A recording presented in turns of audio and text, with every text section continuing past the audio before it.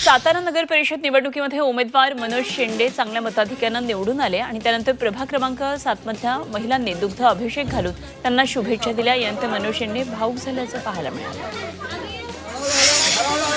जळगावच्या नशिराबाद मधल्या नगरपंचायत निवडणुकीमध्ये 77 वर्षांच्या जनाबाई रंधे विजयी झाल्यात आणि जनाबाई रंधे यांची नगरसेवकपदी निवड झाली। मतमोजणी केंद्रात विजयी झाल्याची घोषणा झाल्यावर जनाबाई रंधे यांना आनंद अश्रू अनावर झाले।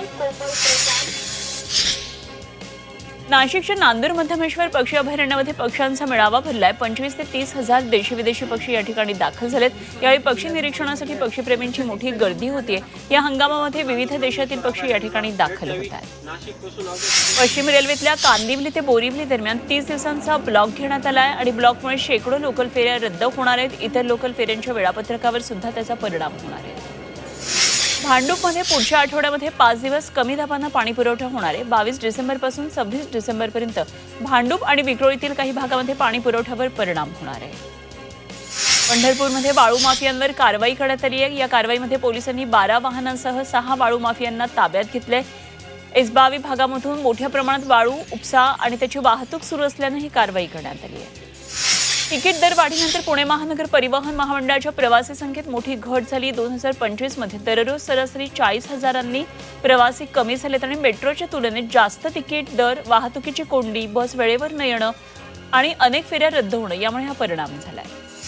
मध्य रेल्वेनं एप्रिल ते नोव्हेंबर दरम्यान 27 लाख फुकट्या प्रवाशांवर कारवाई केली आहे। त्यांच्याकडून 164 कोटी 91 लाखांचा दंड वसूल केला। पुण्यामधल्या वाघोली इथं ट्रॅक्टर चोरी केल्याप्रकरणात एका आरोपीला अटक केली आहे। आरोपीकडून इतर गुन्ह्यातल्या 4 दुचाकी जप्त करण्यात आल्यात। वाघोली पथकांच्या पोलिसांनी ही कामगिरी केली आहे। नाशिकच्या त्र्यंबकेश्वर मधल्या मुलांच्या विक्री प्रकरणात चौकशी समितीनं जिल्हाधिकाऱ्यांना अहवाल सादर केलाय। हाडोंगे कुटुंबानं मुलं विकली नसून नातेवाईकांना दत्तक दिली असल्याचं समोर आलंय। जम्मूच्या चिनाब पुलावरून वंदे भारत ट्रेन धावल्याची दृश्य समोर आली। जगातल्या सर्वात उंच पुलावरून वंदे भारत धावत असल्याचं पाहायला मिळतंय।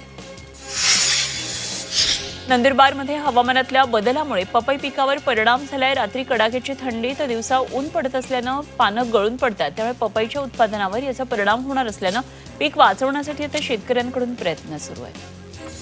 छत्रपती संभाजीनगरच्या बगडीमध्ये शेतातील ऊसाला आग लागली। शॉर्ट सर्किटमुळे आग लागल्याची माहिती आहे। आगीत 6 एकर ऊसासह शेतातल्या ठिबक सिंचनाचं साहित्य जळून खाक झालं। त्यामुळे शेतकऱ्याचं मोठं आर्थिक नुकसान झालं। जालन्यातल्या अंबड नगर परिषदेत भाजपच्या नगराध्यक्षपदाच्या उमेदवार देवयानी कुलकर्णी विजयी झाल्या। भाजपचे 14 राष्ट्रवादी शरद पवार पक्षाचे 4, राष्ट्रीय समाज पक्षाचे 2 आणि काँग्रेसचा 1 उमेदवार यामध्ये विजयी झाला। जालन्यातल्या परतूर नगर परिषदेत भाजपच्या नगराध्यक्षपदाच्या उमेदवार प्रियांका राक्षे 9,115 मतं मिळवून विजयी झाल्या। त्यामुळे भाजप आमदार बबनराव लोणीकर यांनी परतूरमध्ये विजय मिळवला। या निवडणुकीत भाजपचे 6, राष्ट्रवादी शरद पवार पक्षाचे 6, राष्ट्रवादी 5, काँग्रेसचे 3, शिवसेना उद्धव ठाकरे पक्षाचे 2 नगरसेवक निवडून आले। जालन्यातल्या भोकरदन नगर परिषदेत राष्ट्रवादी शरद पवार पक्षाच्या मिर्झा समरीन नगराध्यक्ष झाल्या। तर भोकरदनमध्ये भाजपचे 8, राष्ट्रवादी शरद पवार पक्षाचे 9, शिवसेनेचे 1, काँग्रेस 2 नगरसेवक विजयी झाले। परभणी जिल्ह्यामध्ये माहितीला घवघवीत यश मिळालं आणि 7 नगरपालिकांपैकी भाजपनं 2, राष्ट्रवादीनं 2 तर शिवसेनेनं 1 नगरपालिका जिंकली आहे। त्यामुळे परभणीमध्ये लोकांनी माहितीला पसंती दिल्याचं पाहायला मिळतं। परभणीच्या पूर्णा नगरपालिकेमध्ये आमदार रत्नाकर गुट्टे यांच्या यशवंत सेना शहर आघाडीला विजय मिळालाय। 26 पैकी 15 जागा गुट्टे यांच्या यशवंत सेनेनं जिंकलेल्या आहेत। देशाच्या संरक्षण मंत्रालयामध्ये लाचखोरीचं प्रकरण उघडकीला आलंय। संरक्षण मंत्रालयाच्या अंतर्गत येणाऱ्या सुरक्षा उत्पादन विभागात कार्यरत असणाऱ्या लेफ्टनंट कर्नल दीपक कुमार शर्मा यांना लाच घेतल्याच्या आरोपाखाली सीबीआयनं अटक केली आहे। पुण्याच्या खेड तालुक्यातल्या चहोली आणि शेलपिंपळगाव परिसरामध्ये राज्य उत्पादन शुल्क विभागानं छापे टाकले। अवैध मद्य विक्री उघडकीला आणली। या प्रकरणात 3 जणांना अटक करण्यात आली। या कारवाईमध्ये 22 लाखांचा मुद्देमाल जप्त केला। पुण्याच्या जातेगाव खुर्द इथं वन विभागानं लावलेल्या पिंजऱ्यात बिबट्या जेरबंद झाला। या बिबट्यानं परिसरात दहशत निर्माण केली होती। अनेक पाळीव प्राण्यांवर बिबट्यानं हल्ला केलेला होता। वन विभागापुढे या बिबट्याला जेरबंद करण्याचं मोठं आव्हान होतं। अखेर हा बिबट्या वन विभागाच्या पिंजऱ्यामध्ये अडकलेला आहे।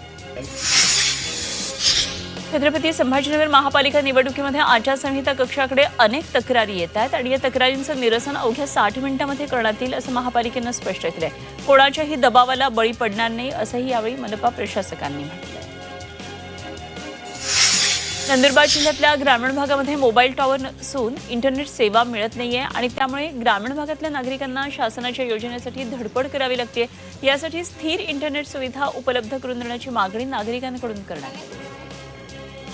संभाजीनगरमध्ये आपलं सरकार सेवा केंद्रचालकाकडून दुप्पट सेवा शुल्क वसुली केली जात असल्याच्या तक्रारी दाखल झाल्यात. उत्पन्न रहिवासी प्रमाणपत्रासाठी एकूण 70 रुपये दर असताना आपलं सरकार सेवा केंद्रचालक 200 रुपये आकारतात आणि जिल्हाधिकारी कार्यालयामध्ये केंद्रात 90 आणि अन्य सर्व ठिकाणी 150 रुपयांपेक्षा अधिक शुल्क आकारलं जातं. सोलापूरमध्ये मनोरमा सोशल फाउंडेशनच्या वतीनं राज्यस्तरीय मनोरमा मराठी साहित्य संमेलनाचं आयोजन करण्यात आलंय. 25 डिसेंबरला शहरातल्या पंचतारांकित हॉटेलमध्ये साहित्य संमेलनाचं आयोजन केलंय. साहित्य संमेलनाच्या अध्यक्षपदी श्रीकांत मोरे यांची निवड करण्यात आली. छत्रपती संभाजीनगर महापालिकेत सेवा बजावलेल्या डॉक्टरांच्या मानधनाच्या थकीत 2.5 कोटींची मागणी करणारा प्रस्ताव देण्यात आला. 8 आठवड्यामध्ये याचिकाकर्त्यांना थकीत मानधन द्या असा आदेश मुंबई उच्च न्यायालयाच्या औरंगाबाद खंडपीठानं दिला. सोलापुरातल्या श्रावणी सूर्यवंशीनं 3 सुवर्णपदक मिळवलेत आणि राष्ट्रीय स्विमिंग अँड डायव्हिंग स्पर्धेमध्ये महाराष्ट्राचं प्रतिनिधित्व करणाऱ्या श्रावणी सूर्यवंशीनं 3 सुवर्णपदकांसह ही हॅट्रिक केलेली आहे. तर श्रावणी सूर्यवंशीनं 19 वर्ष वयोगटामध्ये खेळताना ही भरारी घेतली. यवतमाळच्या वणी विधानसभा क्षेत्राचे माजी आमदार विश्वास नांदेकर यांचं निधन झालंय. गेल्या 1 महिन्यापासून मुंबईतल्या लीलावती हॉस्पिटलमध्ये त्यांच्यावर उपचार सुरू होते. मात्र उपचारादरम्यान त्यांचं निधन झालंय. वणीमध्ये विश्वास नांदेकर यांच्या पार्थिवावर अंत्यसंस्कार होणार आहेत. ई-केवायसी न करणाऱ्या लाडक्या बहिणी आता अपात्र ठरू शकतात. लाडकी बहीण योजनेतून लवकरच 40 लाखांहून अधिक लाभार्थ्यांवर अपात्रतेची टांगती तलवार असणार आहे. राज्य सरकारकडून 31 डिसेंबरपर्यंत ई-केवायसी करण्याची मुदत देण्यात आलेली होती. नवी मुंबई आंतरराष्ट्रीय विमानतळ 25 डिसेंबरपासून खुलं होणारे विमानतळ सुरू होण्याआधी प्रत्येक यंत्रणा, प्रक्रिया आणि मनुष्यबळाची चाचणी करण्यात आली आहे. उड्डाणाच्या पहिल्या दिवशी कोणताही गोंधळ होऊ नये म्हणून खबरदारी घेण्यात आली आहे. संभाजीनगरमध्ये रेल्वेनं आरक्षण चार्ट तयार करण्याच्या प्रक्रियेमध्ये आता सुधारणा केली आहे आणि प्रवाशांना त्यांच्या तिकीट आरक्षण स्थिती वेळेत कळावी, प्रवाशाचा ताण कमी व्हावा. त्याचप्रमाणे आरक्षण चार्ट तयार करण्याच्या प्रक्रियेत सुधारणा केली आहे. यानुसार आता आरक्षण चार्ट हा रेल्वे सुटण्याच्या किमान 10 तास आधी तयार केला जाणार आहे. आनंदराज आंबेडकर यांच्या रिपब्लिकन सेनेनं शिवसेनेसोबत मैदानात उतरण्याचा निर्णय घेतलेला आहे आणि मुंबईमध्ये किमान 10 प्रभागांवर आमचा दावा असेल असं आनंदराज आंबेडकर यांनी जाहीर करतात. महापालिका निवडणुकीमध्ये दलित सेना फॉर्म्युलाची चर्चा आता अधिक गडद झाली आहे.